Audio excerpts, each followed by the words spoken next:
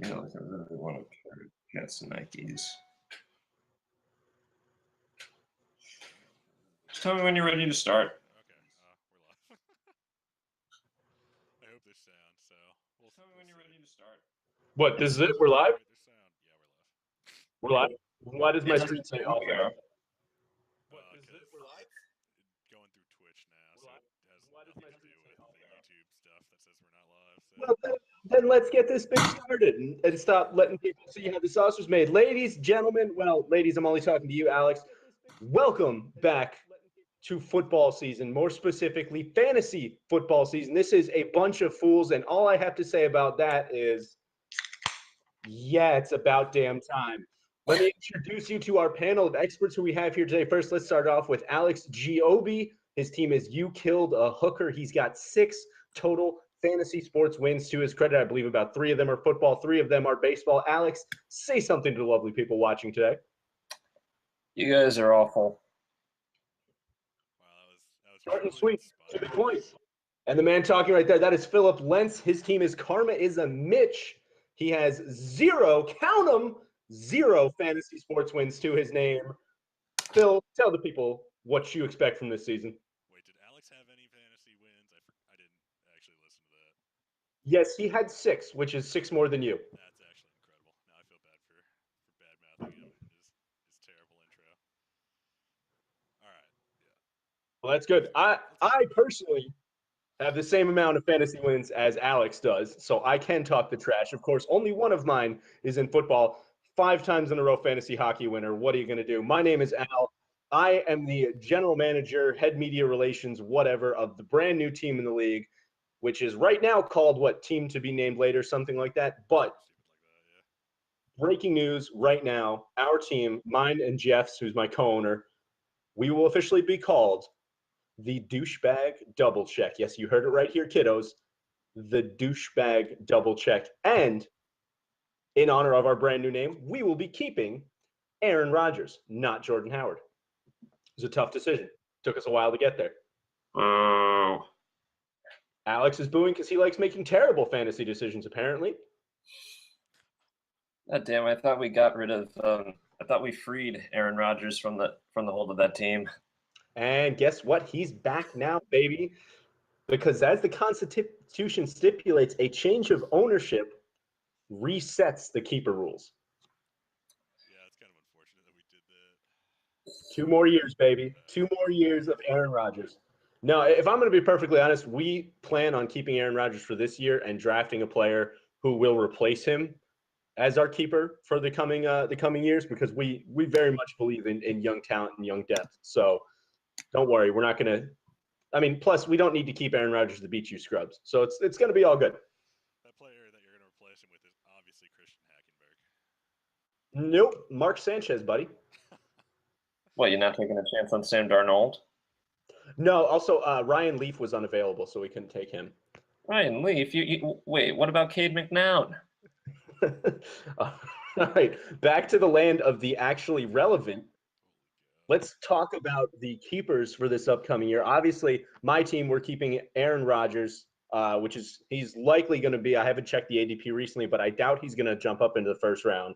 You will actually be taking him in the second round. Yeah, which is taking him at a 5-pick discount.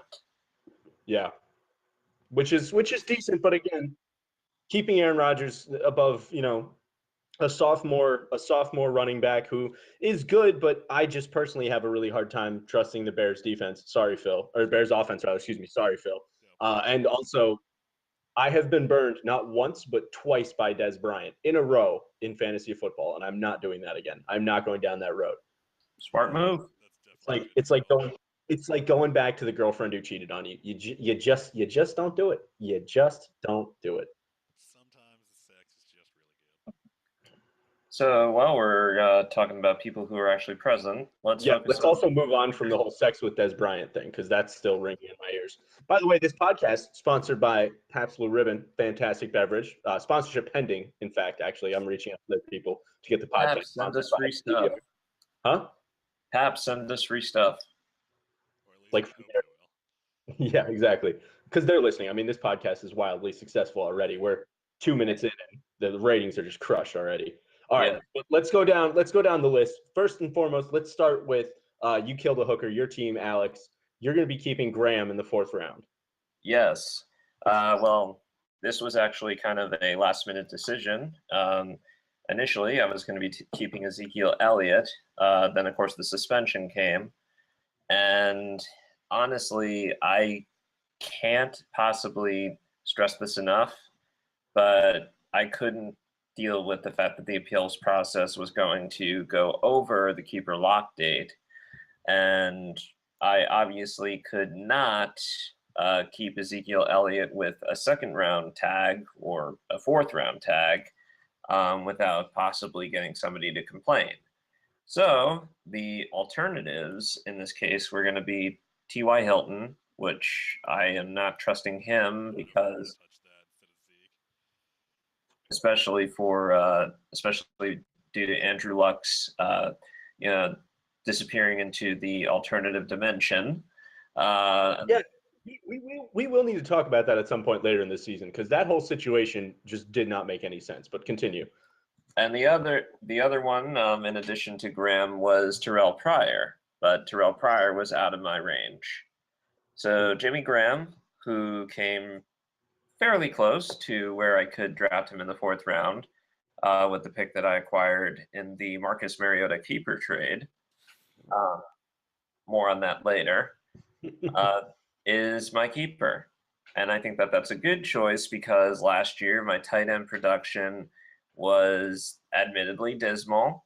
I had to rely on Jason Witten, who, I mean, he's a okay tight end, but he's not what he used to be. He's not Dak's favorite target anymore. That's the problem. Yeah. There's a reason his ADP is in like the 12th or 13th round. Because I had him too. I had him last year, and he was terrible because Dak didn't throw the ball to him at all. But okay, I want to touch on this really quickly. Alex, you're taking a tight end as your keeper. Now I get it, right? Like Jimmy Graham, fantastic talent. That's and at that 4th round, it's kind of smart to lock him up there. But show of hands here, really quick. Who here has won a fantasy championship with a tight on the strength of a tight end? Philip, you're not allowed to raise your hand. Yeah, 'cause I- Believe it or not, actually, Ethan, who was the 2016 champion, rode Travis Kelce to the title. Still, though, I mean, I think you're going to be. I personally think you're going to be kicking yourself if the 4th round rolls around and there's a solid like WR2 or running back 2 available, somebody that you really wanted that like everybody that you're really high on, but everybody else passed on for whatever reason, and he's just going to pass you by. I don't know. That's just me. I don't know. I also am taking a quarterback in the 2nd round, so I can't talk that much. And I mean, that 4th round pick that you're giving up, that's like the number 3. That's like 403, I think. Like that's an early 4th round pick too. Like No, we're it's not going to actually take a late 4th round pick. I've never taken a tight end until late. It's personally. actually a late 4th round pick because it comes from 40-year-old Virgins, who was a bottom half finisher. So honestly, I think that I got fair value to grab him. I don't think I'm jumping too far in order to get him. All right, moving on. Philip, you are keeping Julio Jones in the 1st round. Not keeping Julio Jones in the 1st round. That is Oh. other Phil. I am keeping Le'Veon Bell in the 1st round. Looks like I know how to read. Good news, folks. Right, because you would be me in the document you sent me. Okay, you're That's true. still. All right, you're taking Le'Veon Bell in the 1st round. I don't think there's that much we need to talk about this. I mean, arguably the best overall player in fantasy. You know, David Johnson or him. It's pretty much undeniable. One of the two of them is just gonna absolutely run the board without Yeah. injury or suspension.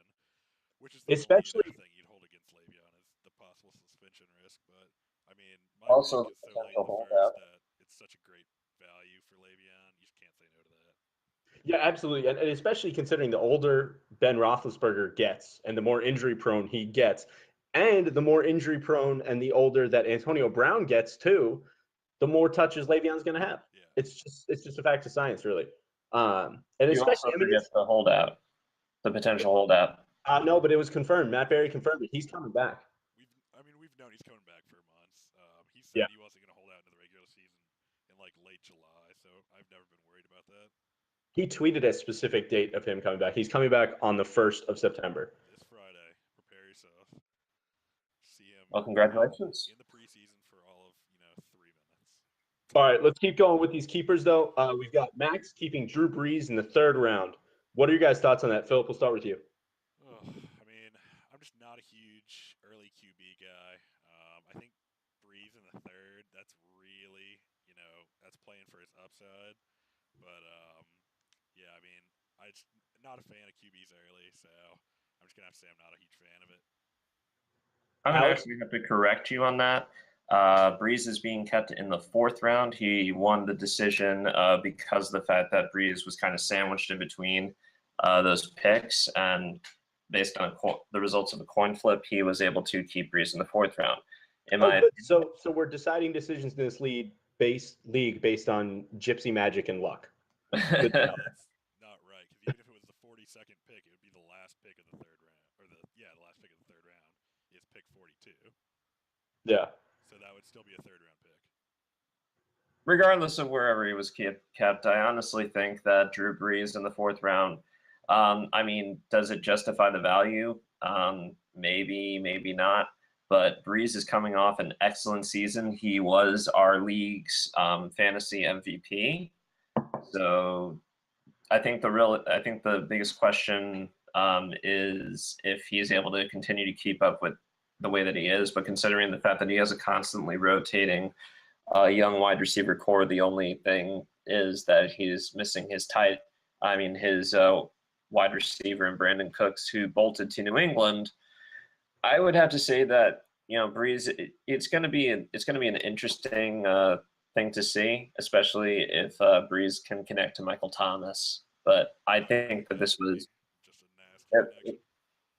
It was definitely the most reasonable pick, and considering he was the Foolish Club runner-up and Brees carried him that far, especially on a roster that really relied on a lot of sleeper talent, I think that this is a good pick. See, I don't know. I could see it potentially. I see this as a gamble pick. I see this as a roll of the dice, to be perfectly honest. I mean, you're talking about a guy, there's no doubting Drew Brees is a hell of a quarterback. He's got a fantastic gun of an arm. He's a good quarterback, end of story. And he does have enough pieces on the Saints around him to be successful in fantasy. But the thing that I worry about is you're looking at a Saints team that could potentially finish worst in their division. I'm sorry, the Falcons are still in their postseason form. Take that for what you will. They're still a very, very tough team to play against. The Jekyll and Hyde Carolina Panthers, who knows what the hell they're going to do? They're either going to be Super Bowl contenders or they're going to be basement. And then you got the Tampa Bay Buccaneers, who are slowly but steadily rising through the ranks of this league and starting to make a name for themselves. I mean, you could potentially see the Saints at the bottom looking up at the end of the regular season this year. And that's what I don't think you're really getting it, because I think New Orleans, it's not about the record. It's about the statistics. And even if New Orleans is putrid, Drew Brees is usually good for at least 3,000 yards. That's a very good point. That's a low ball there. I'd say at least 4,200. That's a very good point. Also, shut up, because we're moving on.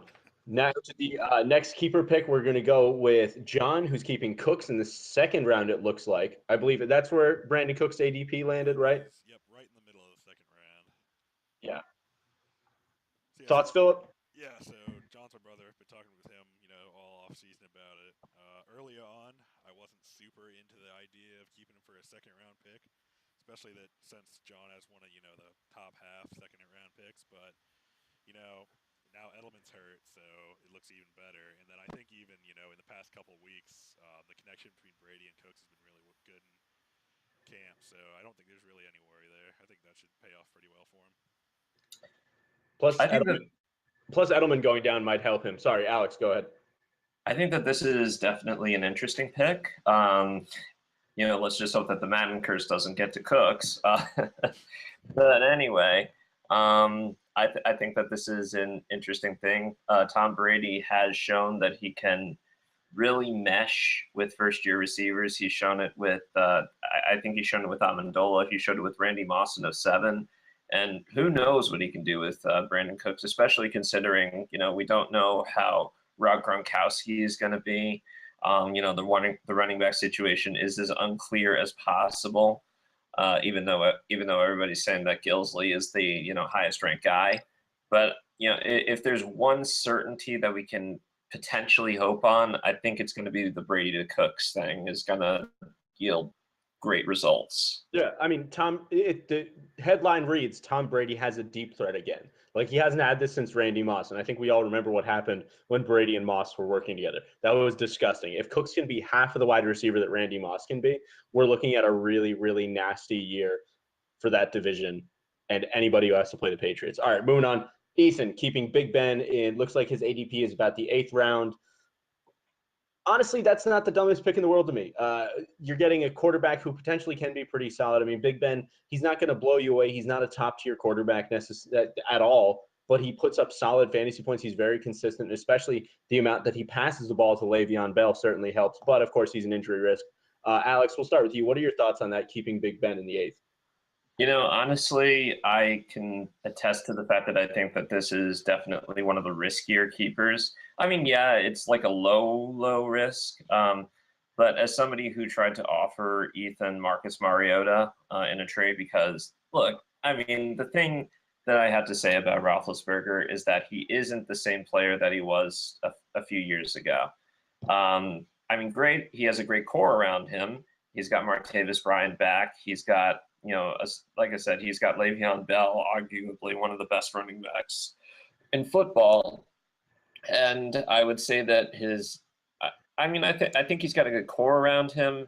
It just really, I think the big question is Big Ben going to be a drop? Is Big Ben going to have a drop off, or is he going to, go out in a blaze of glory in his final year, as he supposedly says it is? All right, Philip?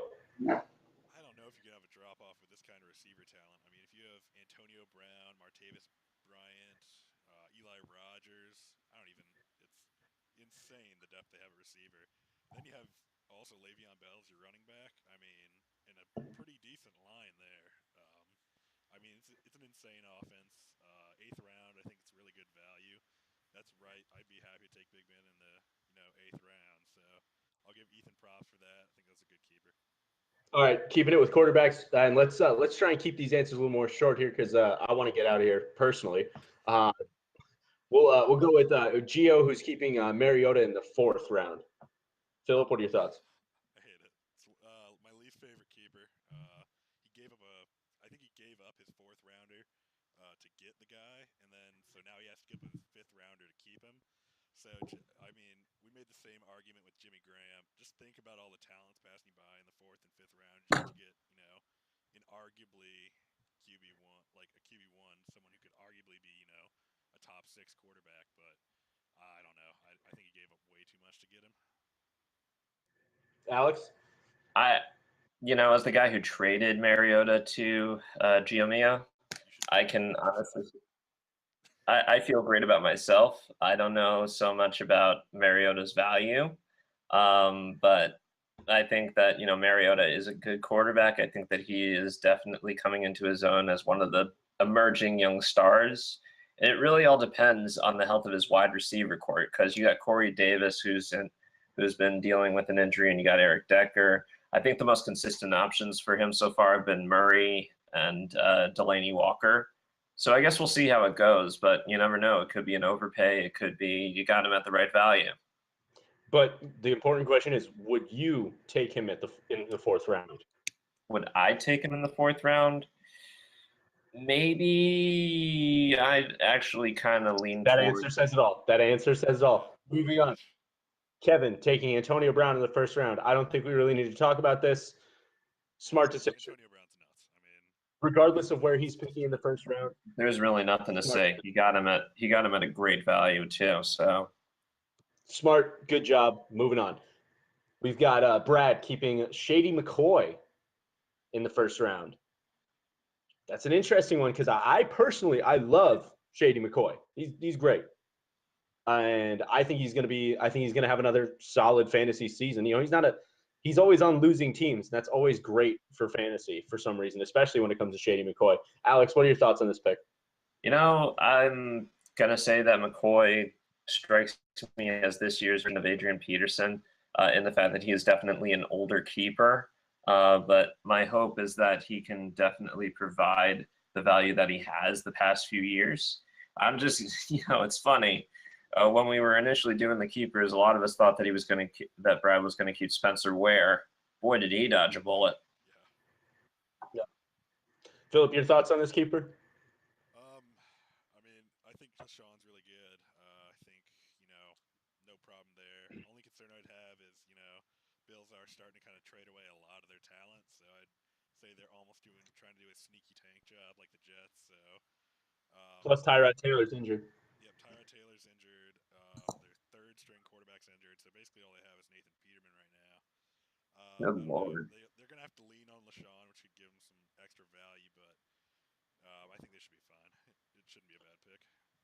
All right, so the rest of the keepers we got to talk about, I kind of want to breeze through these because Adam is keeping David Johnson the first. Smart, no-brainer, no complaints there. I mean, it's David freaking Johnson. He carried me to a championship last year. Come on. Like, the guy's fantastic. Then we've got your brother keeping Julio in the first. We talked about that briefly, but we never really touched on it. Julio Jones in the first round. Smart. He's got Matty Ice throwing the ball, right? No issues there, right, guys? Don't know who is, but it's not mine. Is your name brother? Oh, he's my name brother? Okay. Whatever. I'm paying attention. Yeah. Sorry. We may as well just call this the Al's Phoning It In podcast. Then we've got the one that I want to talk about. First and foremost is Corey keeping Jay Ajayi in the first. That's his ADP dropped to the second? Yeah. Okay, then you know what? Never mind. I'm okay with that. Then I'm okay with that. The 14th pick, he's a first-round keeper. Wait, yeah, we're in a 14-team league. Yeah, I don't know why this is a complicated issue. His ADP right now is 14.22, so unless it goes to 15, that's a first-round keeper.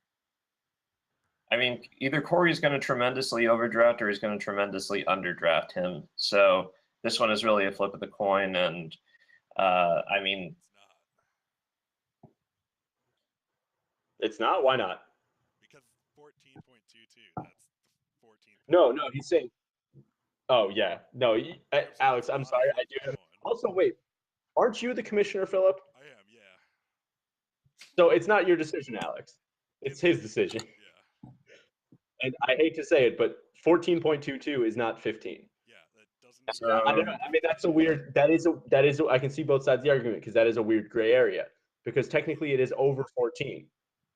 It kind of actually goes into another keeper that we go into, but I think that I just had as somebody who constantly updates the draft board, I was going based on his value, but like I said, I just have to kind of review and see how he is right now and see where Corey is supposed to take him. But wherever he is closest, I will place him. Well, listen. As of today, his ADP is 14.22. And as of today, keepers are locked. As of 41 minutes ago today, because it's currently 9:41 p.m. Eastern Standard Time.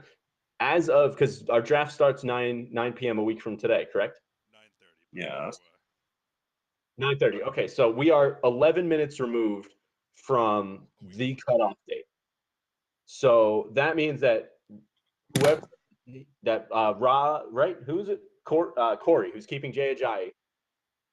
He's keeping him at the ADP of 14.22. Now, that's up to you guys to discuss. Is 14.22, is that first round? Is that second round? That's not for me to decide. But just wanted to bring that up, that this is the cutoff now. Whatever his ADP is a week from today, it's not what his ADP is today.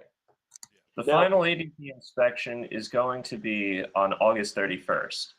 And at that point, I'm going to be able to... Frankly, let me say something. Frankly, that's bullshit. Because why are we supposed to have our keepers locked in 3 days before their actual value is released? Yeah, I think that was my argument. And then I mean, am I wrong here? Like, am I an asshole? You're not wrong. You're not wrong. I think people should know exactly where they fall today. Okay, so I also had a thought and a question, and this will actually kind of segue because we can go into the 2016 recap in a little bit here. But just a quick rules question, real quick. What happens if like we're supposed to have our keepers locked in, right? Like we're taking Aaron Rodgers. Boom, done. End of story. What happens if Aaron Rodgers goes out in his next preseason game and just like breaks in half and dies? Then Like, That's we still have your to take him. yeah. Okay, cool. I like it. that's the price you pay. And to Gambling. answer your question, Ajayi as of right now would be slotted with the 21st pick. I'm just going to go and check the draft center and see that his value. If so, then I'm going to slot him closer to where he's supposed to be. Ajayi is 14.22. I will also point out that the Constitution says it's his ADP based on NFL.com. So the closer pick is the closer pick. If you round it down based on the decimals, I would say that Sir Cam Newton's laws is gonna have to take. You're right. They're gonna take Ajayi. It's gonna be an overdraft. It is gonna be an overdraft, but. All right, I think we can figure out the rest of this later. I don't think anyone needs to listen to us argue about this anymore. I could argue more, but we can move on. I mean, That's me. I don't think. But I can argue about anything. All right, let's jump in now to the recap of last season. I'm going to just leave the floor here to you guys. I'm going to chime in whenever I can because obviously I have no idea what happened because I'm brand new. True. I'm also going to get another. I made a note in our notes for the podcast that the Super Bowl, was a fiasco for the Falcons, and they should be, pretty disappointed in themselves. But moving on from actual football, our last season's Foolish Club standing. So first place was Ethan, with the team straight out of Ginger Paradise. That was 2 years in a row that he has, won the league. And 3 out of 4 years he's won the title, and incidentally, that was his fifth straight. He's 12, 14, 15. He's appeared in 4 of the past 5 titles, and he's won 3 of them. Dude's a dynasty. He's pretty good. Wait, the guy. Late in the season for Ben Roethlisberger and all those different players, and I thought that was him throwing in the towel, but he just decided to win the entire thing instead. You could have, if you think about it, Phil, Packer Phil, or Corn on the Cob, as his team is called, could have actually won that title if he had kept his roster intact. I don't know if his record was that good at that point. I don't think he was going to make the playoffs either way.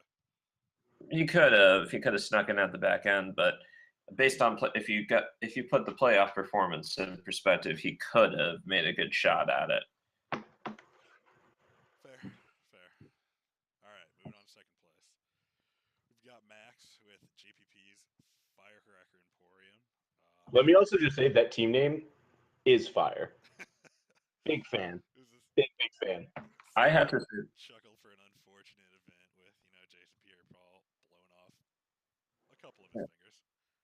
I have to say that I was a real big fan of this team, especially considering the fact that Max was in a difficult position at the beginning of the year for a gamble trade that didn't end up working out. He didn't have a first-round pick. He had Rob Gronkowski as a keeper, and Gronk ended up only playing 3 weeks.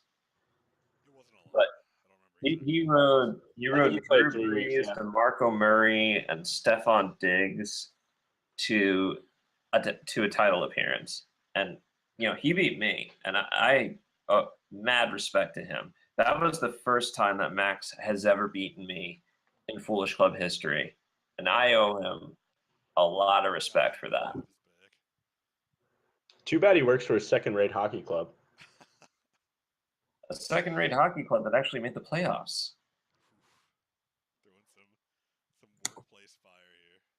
Which reminds me, don't you have something you want to challenge, Max? Oh yeah, Max, I want to throw out a challenge here. And this is like a friendly challenge, whatever. Whoever beats the other in the regular season. So if I win our matchup, which is quite likely to happen, you have to mail me a Columbus Blue Jackets shirt. It doesn't have to be like a jersey, just a Blue Jackets shirt. But if you miraculously straight up out of Rudy manage to pull it out and beat us, then I will send you a Carolina Thunderbirds t-shirt. And Google us, look us up. Our logo is sick. It's fucking cool. So That's my bet. That's my offer to you. Watch this video. Hit me up. Don't be a wuss. John Tortorella is overrated. Moving on. One last thing I wanted to mention with Max and his second place finish. In 2015, he did finish 11th place, so massive swing for him. Even with Gronk having issues, he really pulled that around. He has essentially what we like to call even year bullshit, which means that he's good every other year. And you'll find that a couple of teams kind of run through this, especially especially the team that finished at the low end of the total poll. More on him a little later. Yeah, good lord. All right, you want to talk about your third place finish, Alex? I think that this is honestly, I have to say that I did a reasonably good job, but I wasn't really thrilled with the result. My quarterbacks kind of fell apart. I thought Carson Palmer was going to be my guy, but he didn't. But Ezekiel Elliott, he carried me through that season. And a lot of pickups on the waiver wires. Terrell Pryor, he was a great pickup for me. Adam Thielen towards the end of the year. Honestly, I had to say that I think that playing the waiver wire was one of the best things that I could have done this year. And I mean, with the exception of the third place finish, I think that it was a fairly decent job. Would have been better if Marcus Mariota had not gotten hurt. You could almost say it was a pretty decent jobby. Oh, God. Terrible. Below me. All right. Yeah, that's why I'm here. Fourth place. Terrible comic relief.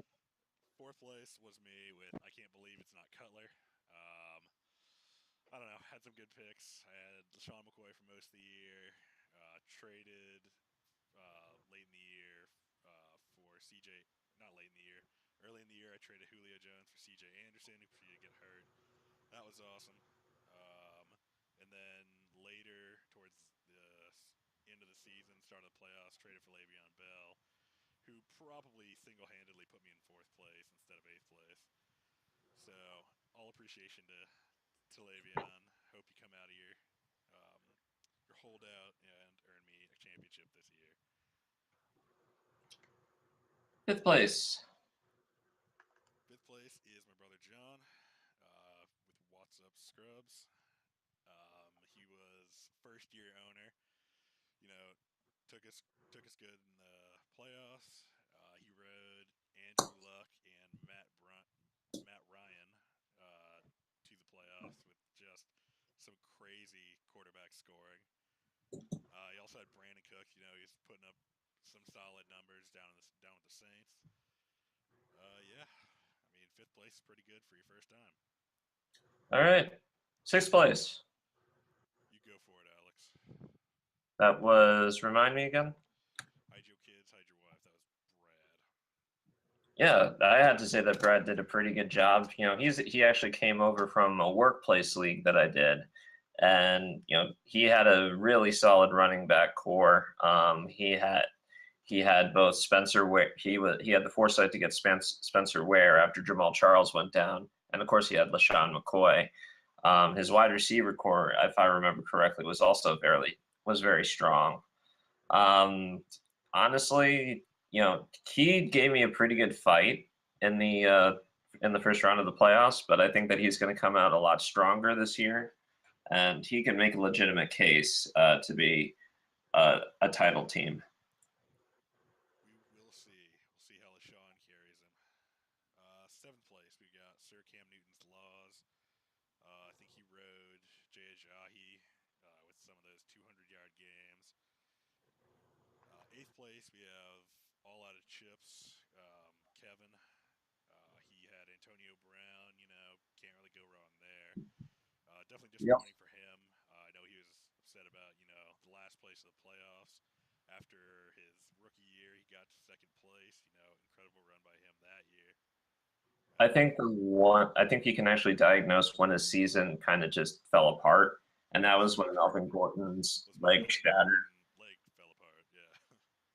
I mean, I would have rather played, if I had a choice, I would have rather played him than Max, because he would have played me in the semifinals, and I'm fairly certain that Gordon would have.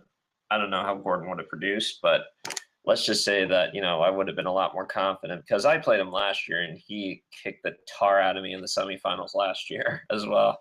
Yeah, he did that to just about everyone on his way to the championship matchup, which he unfortunately lost to Ethan. But all right, moving on out of the playoffs, we have 9th place, rated D for dangerous. Anything you got to say about that, Alex? Let's just say that we are glad that the owner is out because he believes that 9th place makes him just as good as first place. And was It doesn't. generally You're, do. you're just the best loser. He's not even the best. He's the best loser of losers. And who owns that team now, I have to ask. Trying to remember. I believe the owner of that team is it's not is it GMO? It's not GMO. Maybe it is GMO. Do you think it's GMO, right? GMO, I think, owns the team. I think that's one of the teams that didn't get replaced. No, I know who got contracted. It was Andrew and Kenny. Both their teams got contracted, so it is GMO. Okay, cool. All right, let's move on for 10th place, Kelsey Dagger. I don't remember. Give him actually credit knowing his for team, an but I think awesome it's run. pretty good. I mean, he made a serious push. I think at one point he was like the top seed in the America Conference, but things just kind of fell apart, and also the fact that he had to take over on the fly. Props to him, and I know that he's gonna say if we had an extra week, I would be in the playoffs, but But no it one can't be. 17th week, just as God intended. Okay, 12th. You just gonna skip Patrick at 11th? Oh, 11th. I'm losing my mind here. 11th, Talksaurus Rex, Patrick, the ghost owner, as I like to call him. You can almost never reach him. He just stumbles his way to a mid-tier finish, and then mid-tier finish in the consolation Not to bracket. mention, So that's not to mention the fact that he keeps Aaron Rodgers in his basement. yeah. He puts lotion on its skin. Oh God. Yeah. Well, we all hope that Aaron Rodgers is going to be on the draft board for someone else this year, but we were unfortunately No. wrong. So No enjoy chance. Aaron Rodgers for what may be 2 more years. Aaron Rodgers, I hope you bought a fantasy house. And some nicer chains for that basement. Alrighty, 12th place, Corn on the Cob, Packer Phil. Probably almost less reachable than Patrick, which is pretty incredible. Somehow, Ethan keeps getting in contact with him to do these insane trades. It was a miracle that I was able to get it. It was a miracle I was able to get Jimmy Graham from him. Yeah, I mean, doesn't really respond to any trades or anything. Not incredibly active, so we're looking for some changes there, man. Look for some changes. Yeah, don't be an asshole. Winston Crabhill. The first of the contracted teams. Who's the owner there? That was Andrew. Was Andrew? Okay. This is where we would probably be playing the Oscar tribute music and doing the the applause. Yeah. Gotcha. Anything interesting to note about him? I don't think so. I mean, there's only one more team I really want to talk about, and that's our capstone here at the bottom. But who do we have sandwiched in between? So, 14th place, we got Pit Steel, 83. That's Rob. Got 14th place last year, 16th place, in 2015. So he's always a lock to be down there. Looking for Climb the ladder, man. Climb the ladder. I mean, technically he's 2 rungs higher, but still right at the edge of the toilet seat. 15th place, we have Geno 911. Another team. But a moment of silence for Kenny, who was our 2011 and 2013 league champion. Gonna miss you, buddy. Yeah, he was active enough. I could talk to him for trades. His team was always pretty decent, but Not to mention the fact that he has a full-time gig. Yeah, Full-time gig with just Sports didn't have Illustrated. the time to put in anymore. So his team was hurt by that, so he's bowing out this year. In 16th Yeah. place, the ivory toilet seat is Cody Jones, Peyton's Rocky Mountain High, a team name that wasn't even relevant last year. Just as his team wasn't relevant last year. After a 5th place finish in 2015, he fell all the way down to the bottom at 16th place. Alex, Cody, change your name. Seriously. Hell, do a Harambe reference. You got Trevor Simeon at quarterback. You could do, Harambe the Simeon. Jesus. I mean, his team was just destroyed by injuries. Adrian Peterson, Philip Dorsett. I'm pretty sure he could have made an entire starting roster off of guys he had who were on the IR. It was just vicious. It was also the fact that, he had Marcus Mariota rotting on that team. Yeah, also true. And, Doug Martin to an extent, but Doug Martin really wasn't doing much. And the Rams defense. Yeah, it was just not a good year for Cody. So, But, only place he's got to go is up. So. And this is an odd year, so this is guaranteed to be his year. And considering the fact that we had a Fast and Furious movie come out, there's a certainty that he could make a playoff. Seems like the perfect storm. All right. Oh, I'm sorry. Sorry, I was really busy swiping right there, boys. I wasn't paying attention. Are we moving on? Is it rule change time? Rule changes. Sounds good, boys. Let's go over these. Okay. So there was a discussion, right? 14-man, 12-man. League settled on 14-man, which I am glad of because then I got in touch with Joby and he invited me and Jeff to the league and it's going to be really good. So very excited. We talk a lot of trash. We make a lot of trades. We talk a lot of trash. We play a lot of fantasy. No, we just talk a lot of trash. All right. Also fair. I don't even know what fantasy football is. I'm just here to make fun of people. I'm just here to ruin people's mornings. I'm just here to fill the time till fantasy hockey starts up. So you're basically just a trash. So you're basically just a trash version of Taco. Trash talking version of Taco. Am I not drinking PBR and wearing sunglasses indoors at night? Well, change that. Ask yourself that, and let's move on. Okay, so yeah, 14-man league, all good. Phil, I'm just gonna let you take this one away because as commissioner, these rule changes really ultimately came down to you. For the most part, yeah. So next rule change, involves the rest of my governing body, the Foolish Club Council. So we had Cody and Corey were two of our, council members. They were not super active last season, so we ended up taking Corey off the council and putting in Kevin. So I think that'll be a good trade. Kevin's always super active. This is his 3rd year. I think he'll really be good to, keep us moving strong. Anything you want to add, Alex? Nothing really there. You're the Kevin expert. Yeah, I mean it's pretty straightforward. It's just a person-for-person swap, just keeping the rules made, keeping everything fair. All right, so our next one is getting Ryan Winky banned from the league. Just terrible person. Don't like him. I actually know him personally. I don't know I've only been told what happened in the league, but I know him personally. And I was honestly surprised to find out that he actually played fantasy football. Like, yeah, he was a very odd character in this league. You want to know who QB1 was? And you want to know where he drafted him? Who? His QB1 was Carson Wentz, and I think he drafted him in like the 3rd round. To beat the boy senseless. And semi-trolly. Well, wait. Okay, so Joby, correct something for me. A lot of the guys in this league are right around like your age, your grade, right? Roughly. Okay, so it's weird because you graduated RHS. I didn't graduate. I didn't go to RHS. I went to Fairfield Prep. Okay, what year did you graduate? 2011. Okay.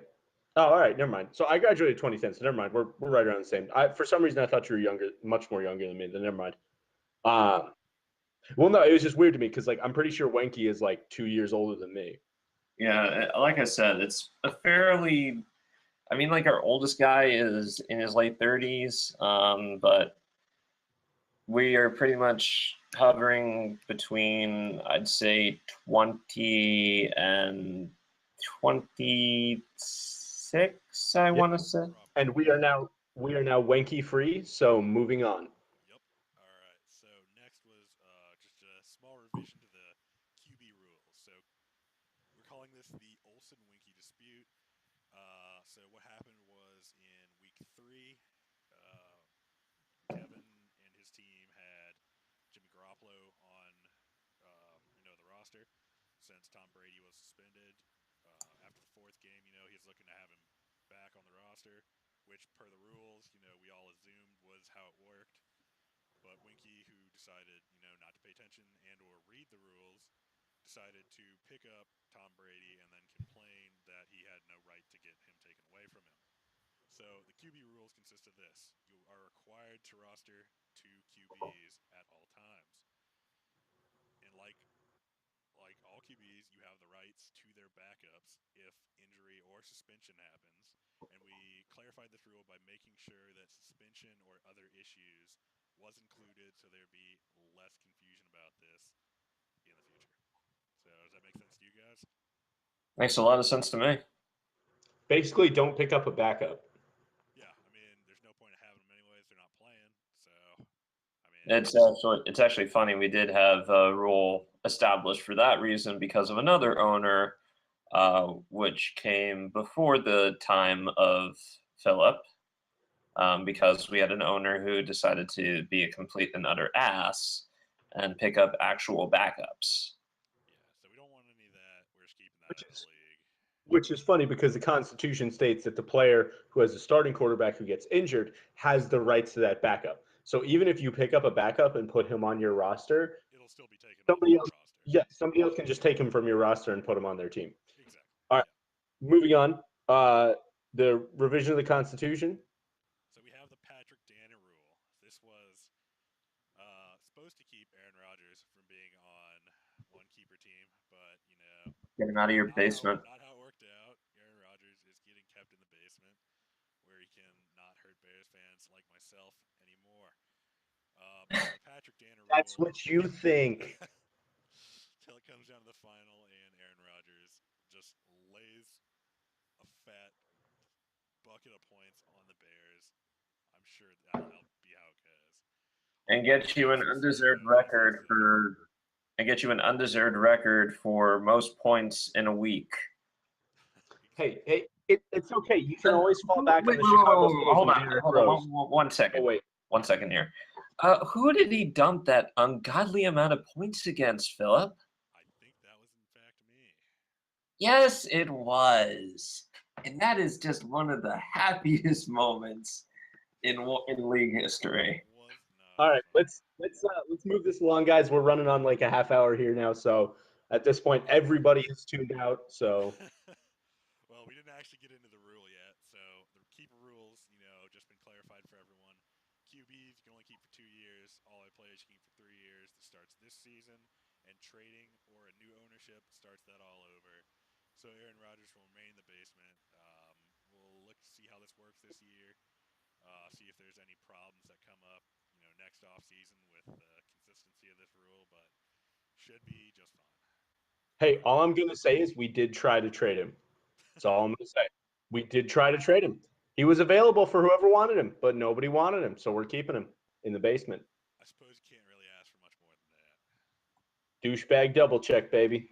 All day, every I day. already hate that name. All right. Oh, yeah. Just wait till you see our new logo. It's going to be debuted on draft night. Hey, has to have the Falcons logo. Oh, yeah. Fuck the Falcons. All right, That's what you signed up for. Keeper draft placement. We've decided it's going to be completely ADP.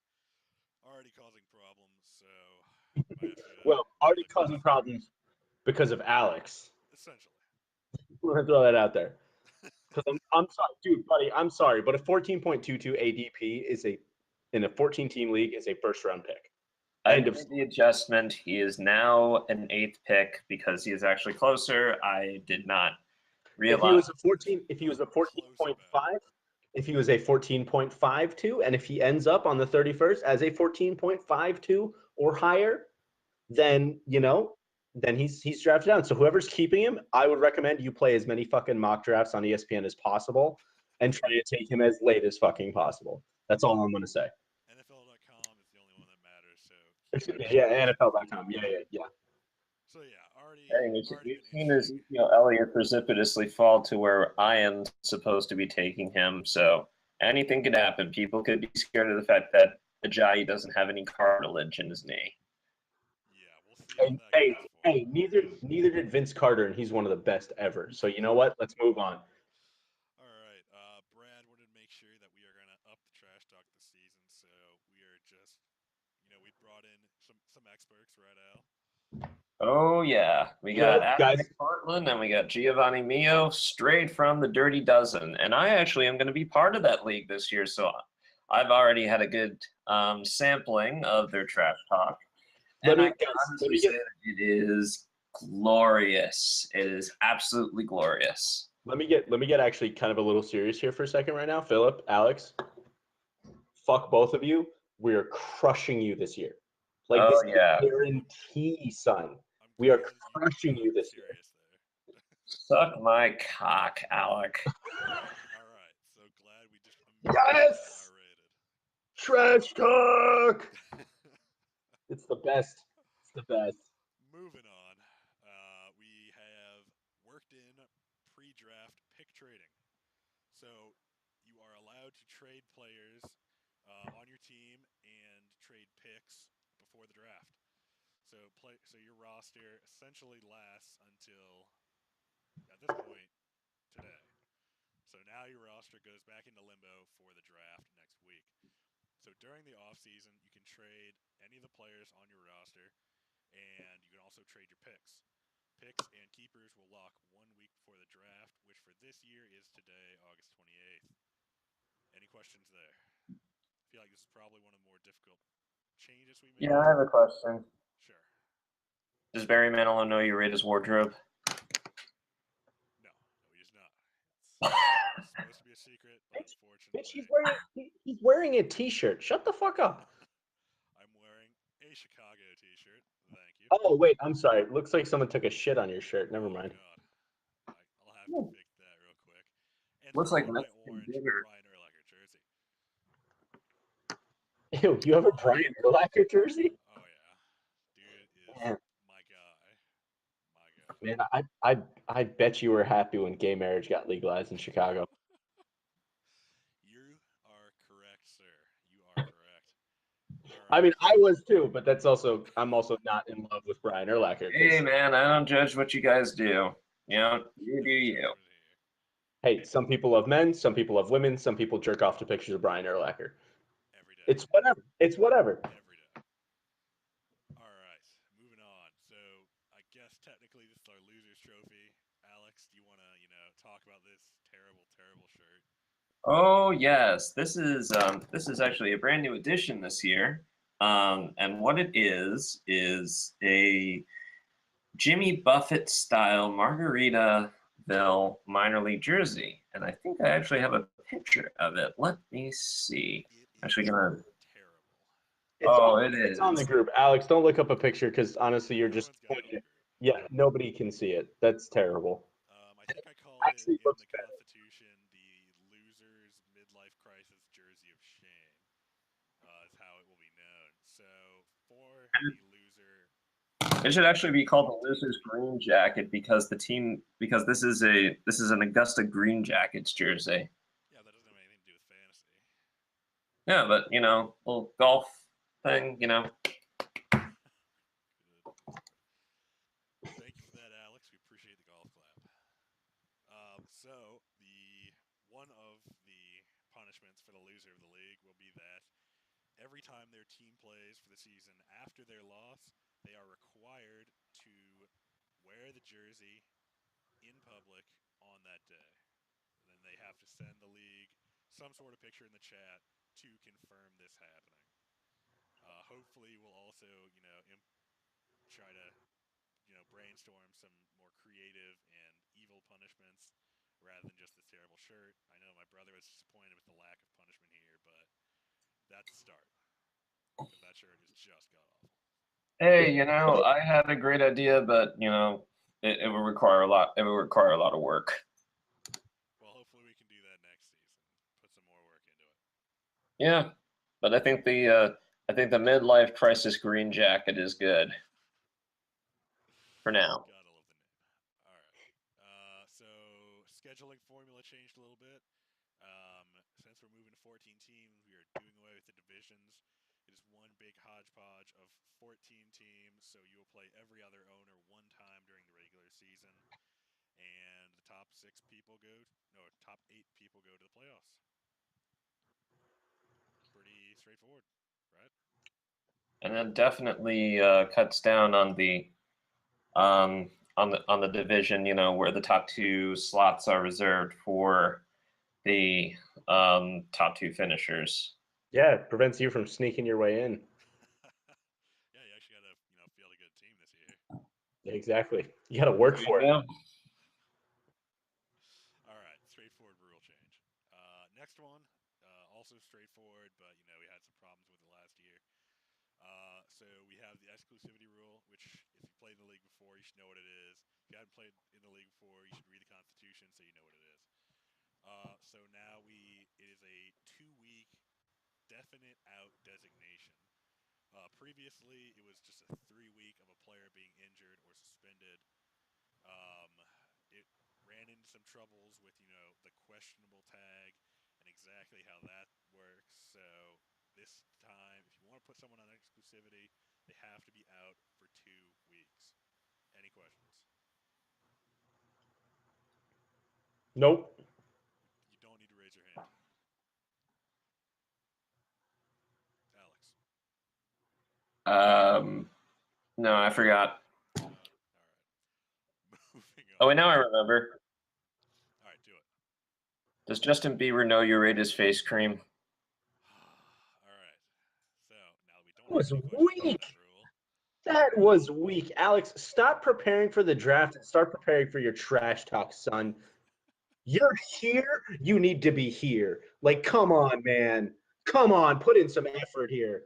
I'm wearing my shades indoors on a weeknight. Like, come on, man. Yeah, whatever you say, discount Zach McBrayer. So bad. Okay, last rule change: use of decimals to eliminate the ties. Yeah, makes sense. Yeah. So let's just wrap this up because I think we've gone on way too long. Any questions, Philip, comments, or sarcastic remarks to end the podcast? Just hit us up in the group. Philip, Alex, this has been an absolute pleasure. I am 150% looking forward to this fucking season right here because apparently we're going R-rated and I love it. Absolutely fantastic. Group, bunch of fools, foolish club. It's going to be a hell of a year, boys. Football is back, all right? Football is back. So you know what? Thanks for watching, listening. The Cheers, boys. Club is going to be better than ever. Cheers. Also, fuck you, Alex. Yeah, fuck you too, discount Jack McBrayer.